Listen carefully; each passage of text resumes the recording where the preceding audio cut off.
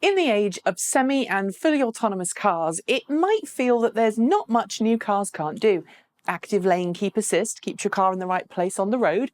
A suite of sensors help the car see the world around it, braking or swerving to avoid accidents. And in the case of some automakers, advanced cloud-based artificial intelligence running the latest in machine learning algorithms learn from your car's every move so that one day it may take over your driving duties completely. So when the headlines pronounce that Toyota and its luxury brand Lexus are readying a talking car for production in just 3 years' time, you might be forgiven for thinking that future cars from the brand will use a natural language interface and do away with all of the switches and buttons that you'd find in a car today. Except that's not quite what's going on, at least not right now.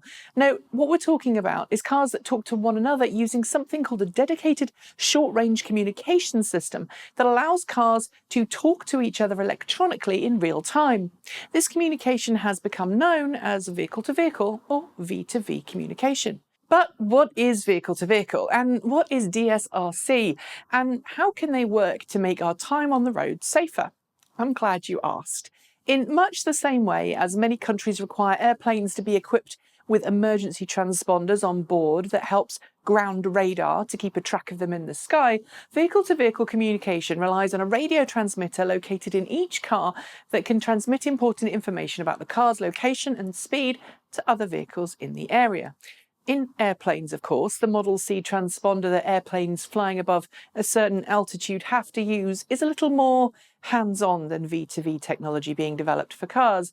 But the principle is the same. It helps advertise a plane's presence.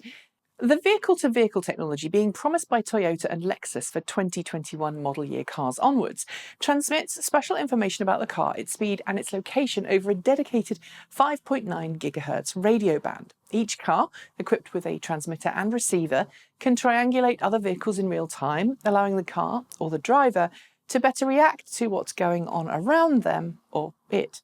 The idea behind vehicle-to-vehicle isn't exactly new, nor is using a specific radio frequency to allow a car to transmit its identity and location. In fact, using the 5.9 GHz band for this kind of communication has been in existence in some form or another for nearly 20 years, albeit in a slightly different form: intelligent transportation systems. And if you live in an area with toll roads or bridges, the chances are you already have such a transponder in your vehicle.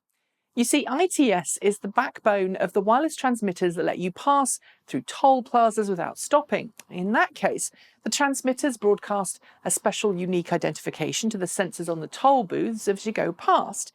The computer system at the toll booth then charges your account accordingly. ITS is also used in some cities as a way of keeping track of public transit. For example, buses often have their own transmitters on board, and when they pass under or pass by certain street furniture, their real-time location is transmitted back to a central data processing facility, which can then relay information to smart bus shelters about when your next bus is due. DSRC is the next evolutionary step in that system. Rather than simply be a transmitter or a receiver, DSRC allows for real-time communication between cars, traffic lights, parking meters, and more. And its application in the real world could be life-saving.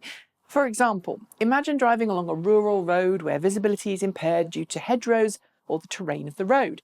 Two cars fitted with V2V will be able to react to or alert their respective drivers that there's another vehicle nearby long before the drivers themselves could see each other.